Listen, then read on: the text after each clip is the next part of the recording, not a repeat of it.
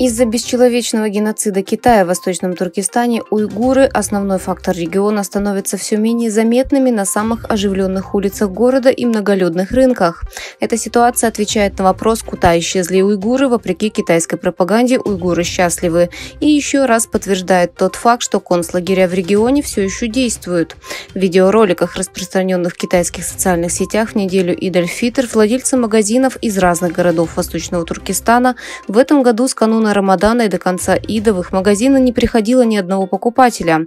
Собственники магазинов комментируют: «Я переживаю беспрецедентные события. Мы официально провели праздничную неделю без покупателей». Всемирный уйгурский конгресс заявил в среду, что он высоко оценивает голос, поданный Организацией Объединенных Наций для освобождения 43 уйгурских беженцев, содержащихся в Таиланде. В письме ООН содержится призыв к правительству Таиланда предоставить информацию о десятилетнем произвольном задержании уйгурских мужчин, их доступе к медицинской помощи и условиях содержания, в которых они находятся, а также выражается обеспокоенность по поводу задержанных уйгурских заключенных. В письме также содержится просьба к властям Таиланда предоставить информацию об их длительном содержании под стражей без связи с внешним миром и спросить, были ли приняты меры для облегчения их права на посещение и общение со своими семьями и законными представителями. Демократически избранный лидер тибетского народа в изгнании призвал китайское правительство и международное сообщество возобновить диалог в Цюрихе во время своего визита в страну. Сикьонгпен Пацеринг, демократически избранный лидер тибетского народа в изгнании, начал свой тур по 5 странам, начиная с Цюриха 28 апреля 2024 года. Представители тибетских НПО и общин тепло приветствовали Сикьонга во время его официального визита.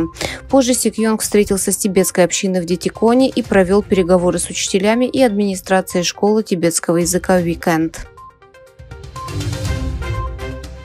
Число людей, погибших в результате обрушения автострады из-за оползня вчера в Мэйкоу, провинции Гуандун на юге Китая, увеличилось до 48. В заявлении местной администрации говорится, что 23 автомобиля провалились в щель, образовавшуюся в результате схода оползня с автомагистрали.